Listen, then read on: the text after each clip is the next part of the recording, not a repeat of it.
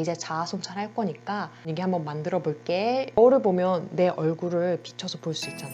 우물도 이렇게 들여다보면 우물의 기능 첫 번째로 이제 이 모든 것 이건 추억으로 고이 이렇게 남겨두고 나는 새로운 세상으로 나갈래. 여러분 안녕, 홍철 선생님이에요. 오늘은 윤동주 시인의 자화상이라는 시 같이 배워볼게요. 윤동주는 특별히 많은 사람들로부터 사랑받는 민중시인이죠. 하늘 우러러 한 점 부끄러움이 없기를 이라는 서시의 한 유명한 그런 문장들도 있잖아요.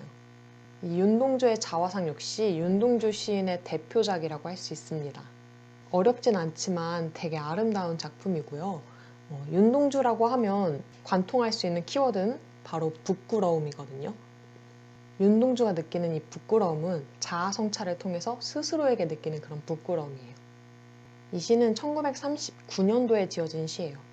1930년대는 일제강점기 시대였죠. 일제강점기라는 부조리한 현실 시대에 적극적으로 대응하지 못하고 적극적으로 저항하지 못하는 지식인의 나약함을 성찰하고 또 그로 인한 부끄러움을 느끼고 있는 시입니다. 그러면 시 분석에 앞서서 두 가지를 우리 고려하면서 볼 건데요. 첫 번째는 화자가 어떤 행위를 하는지 유의 있게 볼 거고요. 그 행위를 통해서 두 번째, 짐작할 수 있는 건 무엇인지 두 가지를 한번 생각해 보면서 시를 읽어보도록 하겠습니다. 그러면 시 같이 읽어볼게요. 산모퉁이를 돌아 농가 외딴 우물을 홀로 찾아가선 가만히 들여다봅니다. 산모퉁이를 이렇게 지나서 농가 외딴 우물을 홀로 찾아가서 가만히 들여다본대요. 외딴, 홀로, 가만히 이런 관용어 부사어를 통해서 이 시의 분위기와 화자의 태도를 형성하고 있죠. 우물을 찾아가서 들여다봅니다. 이거보다 홀로 외딴 우물을 찾아가서 가만히 들여다봅니다. 하면 조금 더 조용하고 고요하고 침착하고 그런 느낌이 나죠. 처음에 이 윤동주의 자화상은 자신을 성찰하는, 자아를 성찰하는 내용을 담고 있다고 했잖아요. 우리 일기 쓸 때도 막 시끄러운 음악 나오는 데서 일기를 쓸 때보다는 조용하게 뭐 밤비 이렇게 속속속속 이렇게 내려도 괜찮겠고요. 뭔가 조용한 밤에 잠들기 전에 일기를 쓰면서 자아 성찰. 오늘 난 이렇게 살았구나. 앞으로는 이렇게 살아야지. 내일은 더 맛있는 거 먹어야지. 아무튼 이렇게 자아 성찰을 하는 시간은 조금 더 조용하고 고즈넉하고 고요하고 침착한 상태에서 자아 성찰하기 더 쉽잖아요. 그치?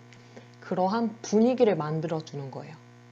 나 이제 자아 성찰할 거니까 고요하고 차분한 분위기 한번 만들어 볼게. 이런 분위기를 형성하는 거죠. 1년에서 외딴. 외딴이라는 관용어랑 홀로 라는 부사어 그리고 가만히 라는 부사어를 통해 고요하고 침착하고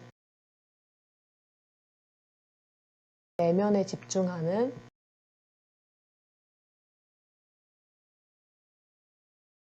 성찰의 태도를 보여주고 있는 거죠.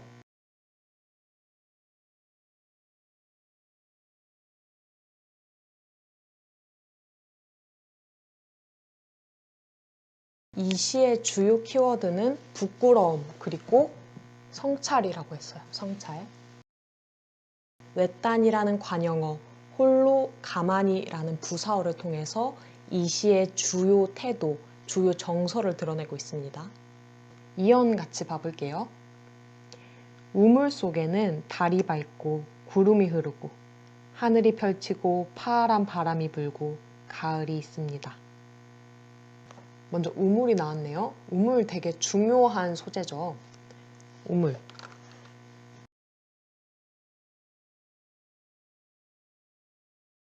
네, 이 우물. 우물은 거울과도 같은 역할을 하죠. 거울을 보면 내 얼굴을 비춰서 볼 수 있잖아. 우물도 이렇게 들여다보면 우물 속 내 모습을 비추어 볼 수 있어요. 그치? 그래서 우물의 기능 첫 번째로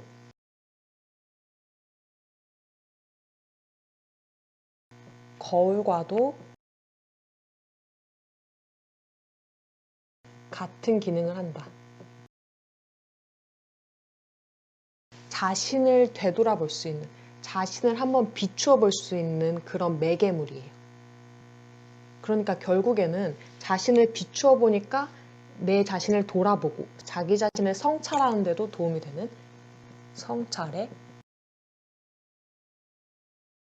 매개체.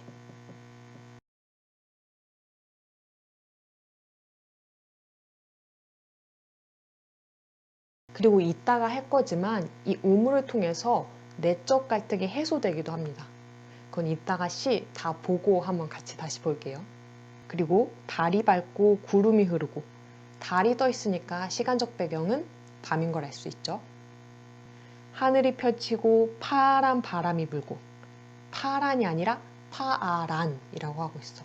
시적 허용에 해당하는 부분이죠. 이 윤동주도 알았을 거야. 우리도 알고 있죠. 파란 아니에요. 파란이에요. 다 알고 있잖아. 그죠? 근데 우리 시니까 허용해주자 라고 시적 허용을 합니다. 그러면 굳이 왜 시적 허용을 써가면서 파란이라는 걸 썼냐 라고 하면 첫 번째로 부드러운 느낌을 주죠. 파란보다 파란 이러면 좀 더 부드러운 느낌을 주고 또 파란 느낌을 강조합니다. 노란, 노란, 파란, 파란, 조금 더 파란, 더 깊은 파란 느낌이 나잖아. 그런 파란 느낌을 강조하기도 하고 파란, 부드러운 느낌을 주기 위해서 시적 허용을 썼습니다. 파란 바람이 불고 가을이 있습니다. 그 우물 안에는 달도 떠 있고 구름도 떠 있고 바람도 불고 가을이 있대요. 지금 이 연에서는 가을의 아름다운 풍경을 묘사하고 있죠.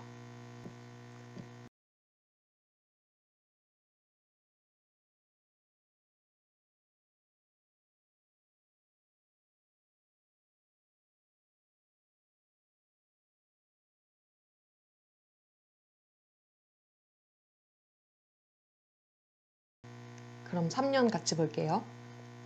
그리고 한 사나이가 있습니다. 우물 속을 보니까 달도 있고 구름도 있고 바람도 있고 가을도 있고 그리고 한 사나이가 있대요. 이 사나이는 누굴까요? 화자 자신이겠죠. 윤동주 자신이겠죠. 윤동주 시에서는 화자를 윤동주라고 생각해도 괜찮게 해석이 돼요.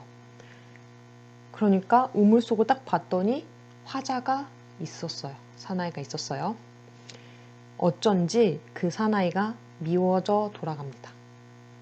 사나이가 처음에 미웠대요. 그 우물 속에 있는 사나이가.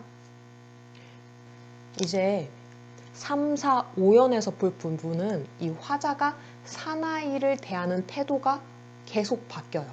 그 부분 같이 한번 봐볼게요.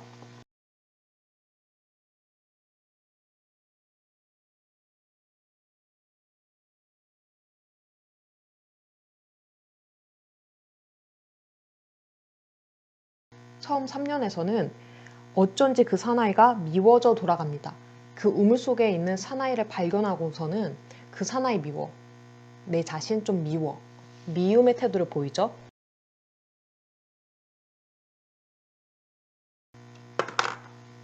처음엔 미워요. 미움. 그러면 이 미움의 태도, 이 미움의 정서는 왜 생겼을까요?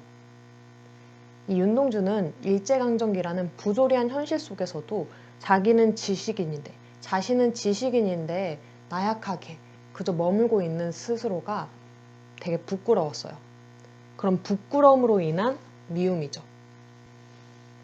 이 미움의 태도는 부끄러움으로 인해서 일어났습니다. 두 번째, 사나이에 대한 태도가 어떻게 바뀌었나요? 처음엔 미웠죠. 처음엔 미웠는데 4연 보니까 돌아가다 생각하니 그 사나이가 가엾어집니다. 가엾어졌대요.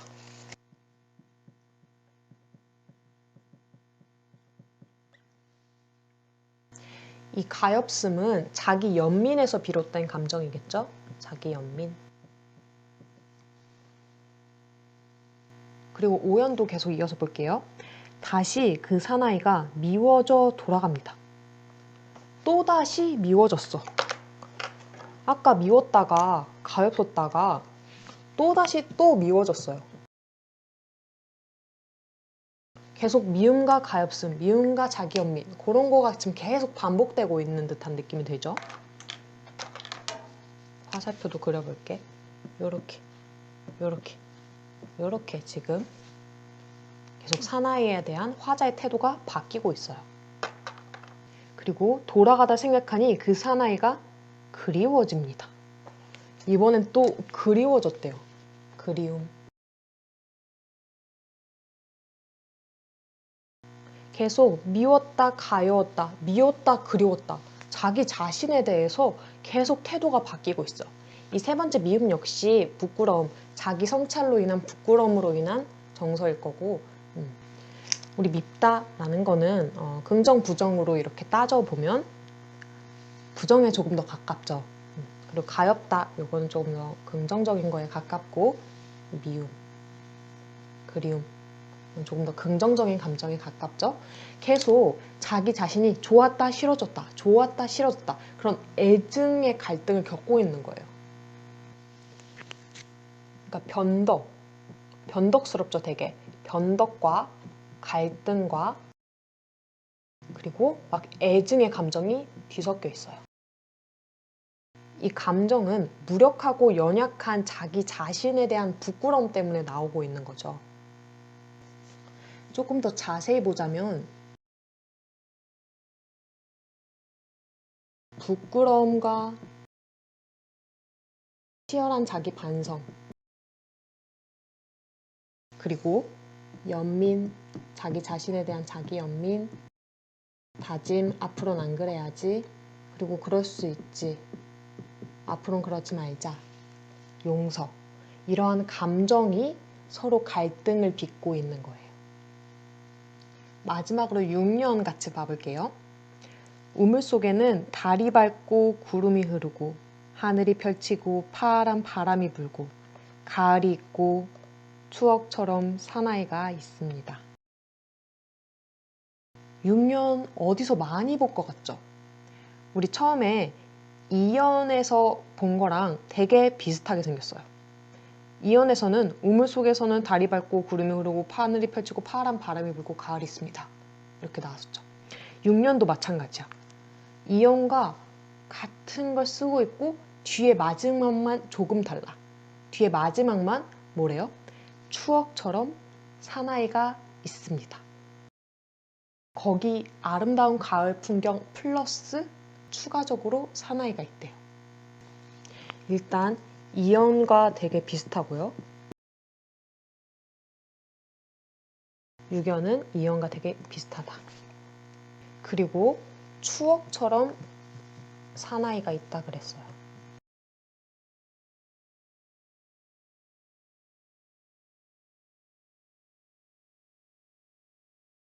자, 보자. 추억이라 했죠. 추억. 보통 추억은 현재, 과거, 미래 어디에 해당하죠? 과거에 해당하죠. 그러면 이 화자는 지금까지 내가 성찰한 내 모습, 미웠기도 했고 밉기도 했고 가엾기도 했고 그립기도 했고 이런 자기 자신은 다 추억이야. 다 전에 있던 일이야 라고 말하고 싶은 거예요. 과거와 관련돼 있죠. 과거. 이 과거의 자기 자신은 그저 동경에 빠져 있는, 동경을 바라보는 순수했던 자기 자신을 말하고 있는 거예요. 그런 나는 과거의 일이야, 과거의 인물이야 라고 추억처럼. 그러니까 나는 이제는 그렇게 동경에 빠져 있는 순수했던 나로 살아가지 않겠어 라는 선언적 의미를 담고 있다고도 할 수 있겠죠. 과거 순수했던 자기 자신을 추억이라고 얘기를 하고 있어요. 같이 봅시다. 처음에 미움, 자기 자신에 대해서 처음엔 미움의 감정을 느꼈어요. 밉다고 하니까 조금 동떨어진 느낌이죠. 자기 자신에 대해서 조금 동떨어졌다면 좀 가엾어졌어. 스스로에 대해서 조금 밀착해서 바라보고 있죠. 그러다가 또 미움, 또 떨어졌고, 그리고 또 그리워졌어. 자기 자신에 대해서 밀착해서 생각하고 있어요. 그리고 마지막으로 미움, 가엾은 미움, 그리움, 그리고 그것을 다 추억이라고 얘기하고 있죠. 떨어져 있다가 붙었다가, 떨어져 있다가 밀착했다. 그리고 이제는 추억으로 완전히 그거를 멀리 보내버리고 있어요. 이제 이 모든 것, 내가 과거에 겪었던 내 부끄러움, 가엾음, 그리움은 다 과거의 일이야. 이것은 그대로 이거 남겨둔 채로 그렇다고 부정하진 않겠어. 이랬던 나 자신 거부하진 않겠어. 이건 추억으로 고이 이렇게 남겨두고 나는 새로운 세상으로 나갈래. 이런 선언적인 의미를 담고 있는 시입니다. 선언적 의미 담고 있다.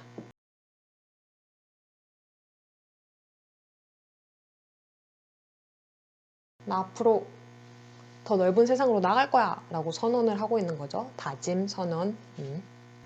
공존과 조화를 이루는 모습으로 나아가고 있는 거죠. 공존과 조화.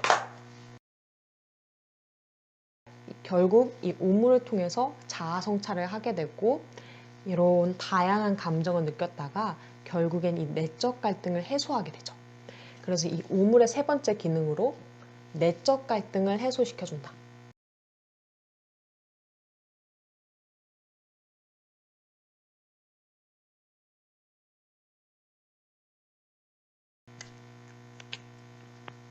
그러면 마지막으로 표현 방법만 좀 짚고 넘어갈게요. 공간이 없어서 여기다 그냥 적을게요. 뭐뭐 씁니다. 라는 경어체를 사용하고 있고요.